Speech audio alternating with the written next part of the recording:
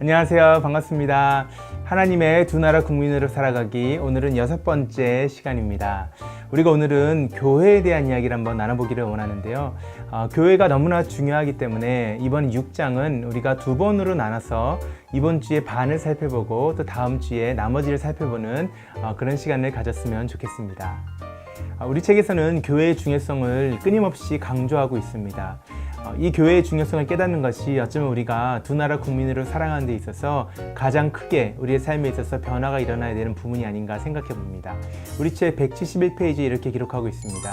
비록 교회가 겉으로 보이는 어떤 측면에서 이 세상의 다른 단체들과 유사하기는 하지만 교회는 그와 같이 이 세상의 많은 단체 중 하나에 불과한 것이 아니다. 하나님은 노아 언약을 통해 다른 모든 단체를 통치하고 보존하시지만 오직 아브라함과 맺으신 은혜 언약을 통해서만 교회에 구원을 베푸신다.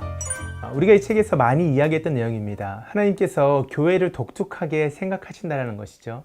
그렇기 때문에 교회된 우리의 삶에 있어서 교회가 어떠한 모습으로 우리 가운데 받아들여지고 있는가가 너무나 중요한 것입니다. 이어지는 책에서 이렇게 이야기하고 있습니다.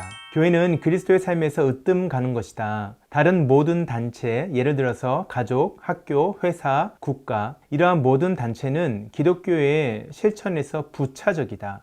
교회는 그리스도인의 삶에서 최고의 활동이 일어나는 곳이다. 이 사실을 이해하지 못하면 우리는 교육이나 노동이나 선거와 같이 그리스도인의 삶의 부차적인 측면도 이해하지 못할 것이다. 그리스도인의 삶에 있어서 가장 중요한 것이 교회라는 사실, 강조하고 또 강조해도 조금 더 지나치지 않은 것 같습니다. 이 책에서는 그 중요성을 우리가 이해할 때 비로소 다른 부차적인 것, 다시 말하면 우리 인생에 있어서의 우선순위가 정해질 수 있다고 말하는 것입니다. 그런데 교회라고 일컬어지는 많은 사람들의 삶의 모습 가운데도 사실은 교회에 대해서 조금은 오해하고 있는 것 같다는 생각을 하게 됩니다. 책에서 이렇게 이야기하고 있어요. 우리가 흔히 하는 오해가 이런 것입니다. 교회에서 예배드리는 것 또는 교회에서 성도의 교제를 나누는 것을 마치 주유소에서 기름을 넣고 가는 것 또는 운동 경기를 하면서 그 가운데 더 좋은 결과를 위해서 잠시 작전 타임을 하는 것처럼 이해한다라는 것입니다. 근데 우리가 정말 이러한 모습이 우리 삶 가운데 있는 것을 보게 되죠. 왜 교회에 가십니까? 왜 예배를 드리십니까? 왜 성도의 교제가 필요합니까? 라는 질문 가운데 더 먼 길을 가기 위해서, 더 내가 올바른 방향으로 가기 위해서 삶을 재조정하는 시간이다, 이렇게 이야기를 한다는 것입니다. 그런데 이렇게 생각하는 교회에 대한 관점은 크게 두 가지 문제가 있다고 책에서 이야기하고 있습니다. 첫 번째는 이것이 인간 중심의 사고에서 나온 생각이라는 것이에요. 인간이 더 잘 살기 위해서, 인간이 더 좋은 삶을 살기 위해서 교회에서의 예배와 성도의 교제를 필요로 하고 있다는 것입니다. 그래서 이것이 두 번째 문제를 이야기하는 것인데, 바로 그것은 목적과 수단이 혼돈된 것입니다. 여러분, 우리가 먼 길을 가기 위해서 주유소에 잠시 들려서 기름을 넣는 것, 우리는 기름을 넣기 위해서, 다시 말하면 주유소에 서기 위해서 먼 길을 가는 것이 아니라 먼 길을 가기 위해서 잠시 주유소에 머무는 것이죠. 또한 우리는 더 좋은 경기를 하기 위해서 작전 타임을 갖는 것이지 작전 타임을 갖기 위해서 경기를 하는 것이 아니다라는 것입니다. 마찬가지로 교회를 우리가 생각했을 때 교회에 드려지는 예배와 또 성도의 교제가 우리의 인생 가운데 수단이 아니라 그것이 목적이 되는 것이 필요한 것인데, 많은 경우에 우리는 우리의 목적을 이루기 위해서, 우리의 삶에서 우리가 필요한 것을 얻기 위해서 우리가 교회를 수단을 삼아서 예배를 드리고 또 성도의 교제를 할 때가 있다고 말하는 것이죠. 책에서는 그래서 교회의 역할을 이렇게 이야기하기를 원하고 있습니다. 교회에 대한 바른 이해는 예배와 친교가 그 자체로 목적이 되는 삶이라고 이야기할 수 있어요. 세상에서 우리가 참여하는 일 가운데 그것이 가장 중요하다는 것입니다. 교회에서 함께 만나서 예배하고 성도의 교제를 나누는 것보다 더 중요한 것이 우리의 삶 가운데 없다라고 말하는 것입니다. 문화활동이 아니라 교회에 참여하는 것, 다시 말하면 세상에서 열심히 살아가는 그 무언가가 아니라 교회에 참여하는 것이 그리스도인이 된 우리의 삶에 있어서는 가장 중심에 있는 것이 마땅하다는 것이에요. 여러분, 이 부분이 이해가 되십니까? 우리의 인생에서 우리가 말로만 교회가 중요하다고 말하는 것이 아니라 정말로 우리의 삶에 있어서 교회가 최우선이 될 때, 그 다음에 우리가 우리 삶에 맡겨진 많은 삶의 부분들을, 다시 말하면 부차적인 부분들을 정리할 수 있다는 것을 책에서 말하기 원하는 것입니다. 교회가 중요한 이유에 대해서 책에서 세 가지를 이렇게 우리에게 제시하고 있습니다. 첫 번째는 교회가 하나님 나라와 동일시할 수 있는 유일한 공동체라는 사실이에요. 이게 너무나 중요한 것이죠. 여러분, 다시 한번 강조합니다. 오직 교회만이 하나님 나라와 동일시할 수 있는 유일한 공동체라는 것이에요. 그 하나님의 공동체가 교회를 통하여서 이 땅 가운데 드러나고 있기 때문에 교회는 너무나 중요한 것이에요. 다른 곳에서는 찾아볼 수 없고 경험할 수 없는 하나님의 나라가 오직 교회를 통하여서만 우리에게 경험될 수 있고 세상에 보여줄 수 있기 때문에 그래서 중요한 것입니다. 두 번째로는 교회가 예배가 이루어지는 유일한 공동체이기 때문에 그렇습니다. 여기서 말하는 예배라는 것은 하나님의 말씀과 그 말씀 가운데 드러난 하나님 앞에 우리가 화답하는 시간을 말하는 것이겠죠. 자, 책에서는 그렇기 때문에 우리가 삶의 예배를 강조하는 것이 너무나 중요하고 좋을 수 있지만 우리의 삶에 있어서 공동체가 모여서 드리는, 다시 말하면 교회의 예배가 중요한 이유가 예배라는 것 자체를 구성하고 있는 하나님의 말씀, 들려지는 말씀, 읽혀지는 말씀, 보여지는 말씀인 성례가 교회에 허락된 것이고 그 말씀에서 드러나는 하나님 앞에 우리가 합당하게 반응하는 우리의 화답, 찬양과 기도가 있는 것이 교회이기 때문에 삶의 예배가 중요하지 않아서가 아니라 우리의 삶의 예배를 더 건강하게 올바르게 세워가기 위해서 공동체의 예배가 너무나 중요하다는 사실을 계속해서 강조하여 우리에게 가르치기를 원하는 것입니다. 세 번째로 우리의 삶에서 교회가 가장 중요한 이유가 되는 것은 주일 성수를 통해 대항 문화적 태도를 갖는 유일한 공동체이기 때문에 그렇습니다. 자, 주일 성수를 통해서 대항 문화를 대항할 수 있는 그러한 모습을 갖고 있는 유일한 공동체가 교회라는 이야기죠. 여러분, 주일 성수라는 건 우리가 처음 책을 시작하면서 안식일에 대한 이야기를 했죠. 우리는 주일 성수를 통해서, 다시 말하면 안식일에 우리가 안식함을 통하여서 우리는 하나님의 창조를 기억할 수가 있습니다. 하나님께서 첫째 아담을 만드신 다음에 그 아담의 순종을 통하여 아담을 인도하기 원하셨던 자리는 안식하는 자리, 하나님과 영원히 교제하는 자리였습니다. 그리고 6일 동안 일하신 다음에 마지막 7일째 날에 쉬었던 그 모습을 통하여서 하나님은 아담에게 그러한 안식의 자리를 주기를 원하셨다라고 우리가 이야기를 했습니다. 그러한 하나님의 창조의 모습, 그리고 이 땅 가운데 마지막의 모습이 바로 이 주일 성수를 통하여서 우리에게 기억되어지고 또 경험되고 있다는 사실을 책에서는 중요하게 이야기를 하기를 원하고 있습니다. 여러분, 이것을 우리가 다시 한번 더 우리 삶 가운데 좀 고민해보는 시간이 되었으면 좋겠습니다. 우리가 안식일을 지킨다는 그 의미, 주일을 지킨다는 그 의미 가운데 하나님이 정말 우리에게 가르치기 원하시는 것이 무엇이었을까라는 생각을 다시 한번 해볼 수 있는 시간 되었으면 좋겠어요. 이러한 놀라운 원리가 어디에 있는 것입니까? 교회 안에 있다는 것이에요.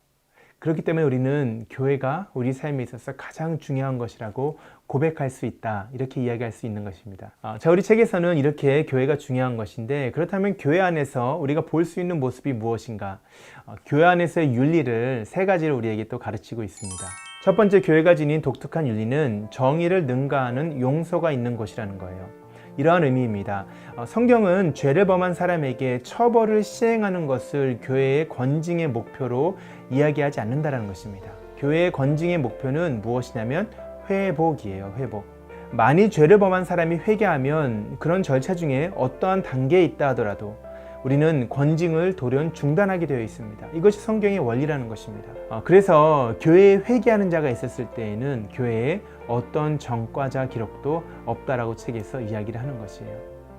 여러분, 이것이 참 세상과는 다른 방법 아닙니까? 우리가 지난 시간에도 잠깐 이야기했었지만 교회는 정의로 다스리는 것이 아니라 정의를 넘어서는 아주 독특한 하나님 나라의 원리가 작동하고 있다는 사실 다시 한번 기억했으면 좋겠습니다. 그것이 우리의 교회의 모습 가운데 있기를 간절히 소원해 봅니다. 두 번째로 교회가 지닌 독특한 윤리는 희소성을 뛰어넘는 관대함이라는 것입니다. 여러분, 교회에서는 극심한 가난이 풍성한 연보로 넘치는데, 연보라는 것은 우리가 생각하는 헌금이라고 이야기할 수 있습니다. 그런 연보는 다른 사람들의 부족함을 충분히 보충하는 넉넉함이 된다라고 책에서 이야기하고 있어요. 예수님이 가르치신 경제학에서는 사랑에서 우러나는 모든 행동이 서로를 풍요롭게 하는 요소가 되고 있어요. 여러분, 이것이 참 아름다운 교회의 모습입니다. 여러분, 세상에서는 희소성의 논리가 작동을 하죠. 그래서 제한된 어떠한 대상에 대해서 함께 나누어 갔기 때문에 그것이 없어지면 없어질수록 더 가치를 갖게 되는 것이 그게 세상의 원리 아닙니까? 그래서 그것을 나눌 때에는 한쪽에서 다른 한쪽으로 옮겨졌을 때 한 사람은 잃어버리는 것이고 한 사람은 그것을 얻는 것이 된다라고 이야기할 수 있습니다. 그러나 하나님의 나라인 교회에서는 좀 다른 원리가 작동한다는 것이에요.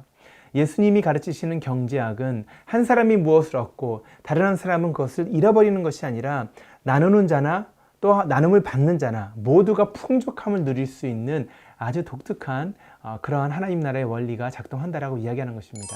그래서 우리 책에서는 복음이 가난한 자들에게 좋은 소식이 되는 중요한 이유 중 하나가 바로 여기 있다라고 이야기를 하는 거예요. 사랑 안에서로 나오는 모든 행동이 누구를? 서로를 풍요롭게 한다는 것입니다. 나눌 때 내가 더 부자가 되는 것, 그러한 아름다운 논리가 우리 교회 안에서 풍족할 수 있기를 간절히 소원합니다. 마지막 세 번째로 교회가 지닌 독특한 윤리는 폭력을 일축하는 복음 전파라고 이야기할 수 있습니다. 교회는 존재 자체가 철저히 선교적인 조직체라고 이야기할 수 있죠. 교회는 이 세상에서 모든 사람을 공정하게 불러들이고 있습니다. 누구에게도 올 수 있는 자리가 되고 있다는 의미예요. 다른 모든 것에 절대적으로 충성하던 행동이 그 교회의 부르심 앞에, 다시 말하면 예수님의 부르심 앞에 그것을 그만두도록 권유하고 있어요. 이게 참 재밌는 부분 아닙니까?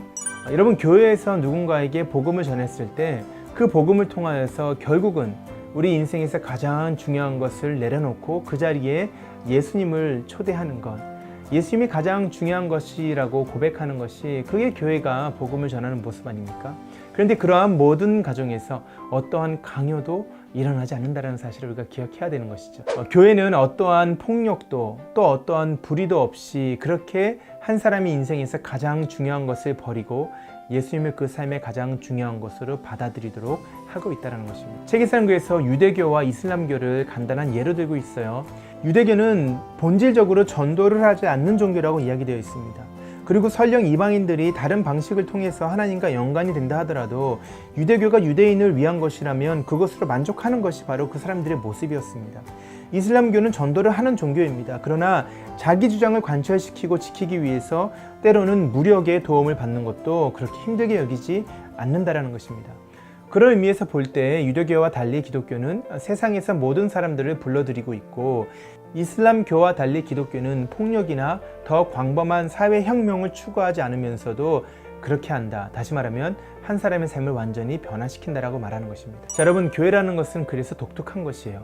이 땅 가운데 다른 곳에서는 찾아볼 수 없는 하나님 나라의 윤리가 작동하고 있다라는 사실을 다시 한번 기억했으면 좋겠습니다. 정의를 넘어서는 용서가 있습니다. 그리고 희소성을 넘어서는 사랑 안에서의 관대함이 있습니다. 그리고 폭력적이지 않은 복음 전파가 있는 공동체, 바로 그것이 교회입니다. 교회는 세상에는 없는 유일한 하나님의 공동체라는 사실을 다시 한 번 더 기억할 수 있기를 간절히 바랍니다. 이러한 교회가 우리 가운데 가장 중요한 것이 될 때, 그리고 그 교회를 우리가 경험하기를 사모하고 그런 교회를 세워가기를 사모하면서 하루하루 우리가 삶을 살아갔을 때 우리는 정말 교회를 통하여서 참된 만족을 우리 삶 가운데 누릴 수 있을 것이라 확신합니다.